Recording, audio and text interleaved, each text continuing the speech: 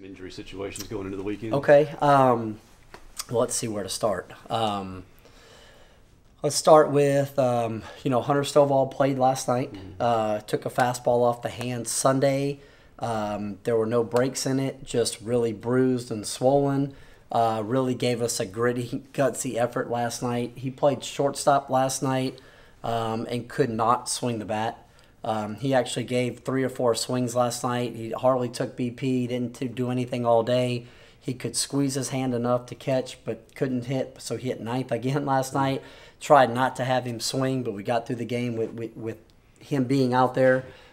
Jake Mangum is still out today. He's not going to do anything today or tomorrow, and going to do everything he can to kind of get back out on the field for us again on Friday. Obviously, you guys saw JB last night back on the mound for us, gave us a terrific outing. Really glad to have him back. I think he'll be available for us at some point this weekend, maybe the latter part of the weekend, Saturday or Sunday, in some kind of bullpen short stint type of capacity for us. God, who else? There's so many guys injured. Graham Ashcraft. Yeah. Graham Ashcraft, great, good call. I'm thinking Graham threw a flat ground yesterday. Felt pretty good last night after he finished. Will be in treatment again today and tomorrow. Jason Wire, our trainer, is confident that there's a chance that Graham could be back this weekend in another type of really limited role for us, maybe an inning, maybe 2 innings. Who's next? Do you think Hunter will play this weekend, though? Yeah, Hunter for sure will play last night. Hunter, I tried to do everything I could to sit him out last night. He wanted no part of it. He said, I will play. I want to play. I don't care if I have to bunt 4 or 5 times. So I was so impressed with his toughness last night. Hunter will definitely play this weekend. He'll be back at second base this weekend.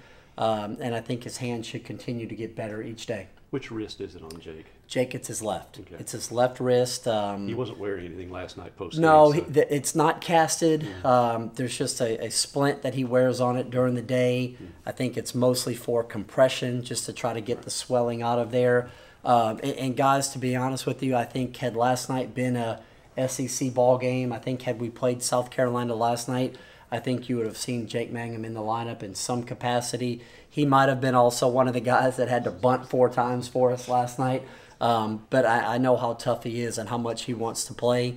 So I think if it was an SEC game, he would have tried to give it a go last night. And he's swearing up and down to me that he's going to play Friday night. So I'm just going to keep my fingers crossed that we can get him back out there on Friday. Is it possible that he plays but doesn't pitch, like with pitching? Yeah, I think there's probably a much better chance of Jake being in center field and hitting than there is Jake pitching for us this weekend. But I don't want to rule that out just yet. I'm going to see how the next couple of days go for us. And if he's able to get out there and run around and throw the ball on Friday and be able to do the same thing again on Saturday, then I'm not going to rule out him not being able to pitch this weekend. But for right now, I think it'd be more important for us and our team for him to play center field and lead off and hit 5 times a game for us. And then we can, worry about the pitching part of it Sunday morning, maybe if he wakes up and is good to go, and see who hadn't pitched since last weekend, and we'll hand the ball to somebody for sure. That on top of the use of Plumlee last night, that means it's TBA still again for the second 2 games? Guys, like we keep talking about all the time, this is by no means, we're not trying to sneak attack anybody at all. So we'll go Pilkington on Friday, TBA Saturday, TBA Sunday, and it just is what it is. I mean, like I said, what do we have, 8 pitchers? We have 9 pitchers, that kind of thing, and 2 of them are position players, and so it's just literally see who feels well, see who's got 2 or 3 innings available, see who's got 10 to 15 pitches available, that kind of day. So just obviously with the most respect to everybody in the conference, we'll go Pilkington on Friday, TBA Saturday, TBA Sunday. And we'll see who's feeling good, and those guys will get the ball Saturday, Sunday. Do you ever, I know you probably don't have a whole lot of time to reflect, but do you ever look at what this team's gone through and look at where you are in the standings right now and kind of think, how in the world are we doing this? Sure. It's I can't even speak highly enough about the effort and the fight and the grit that our guys that are in a jersey, that are available for us right now, are giving us each and every day.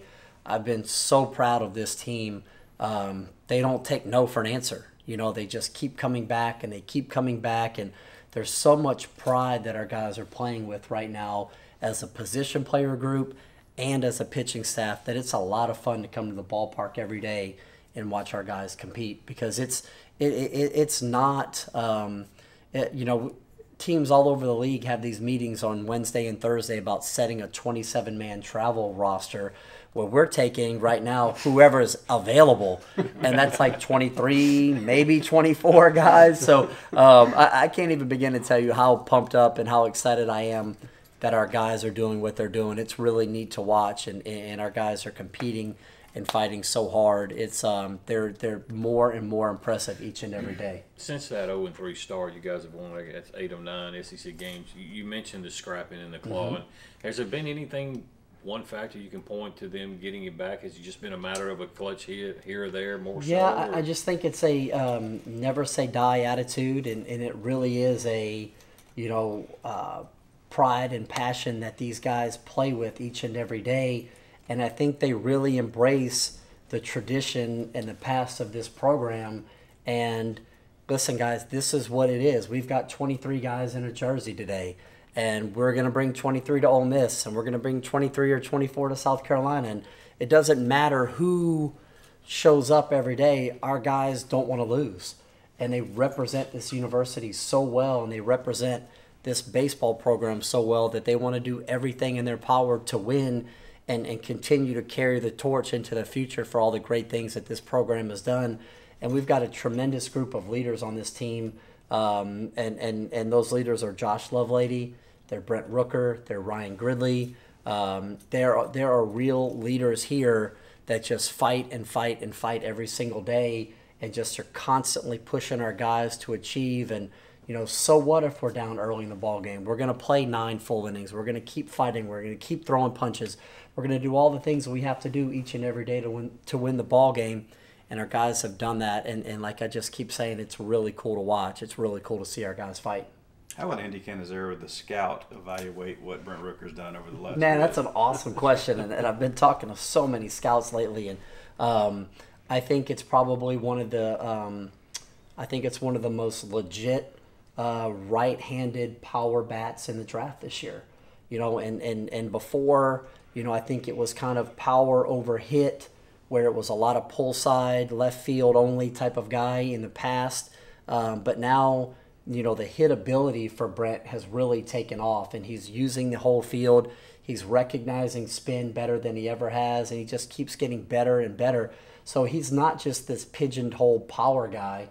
He's becoming a complete offensive player, and you're seeing what he's doing each and every day.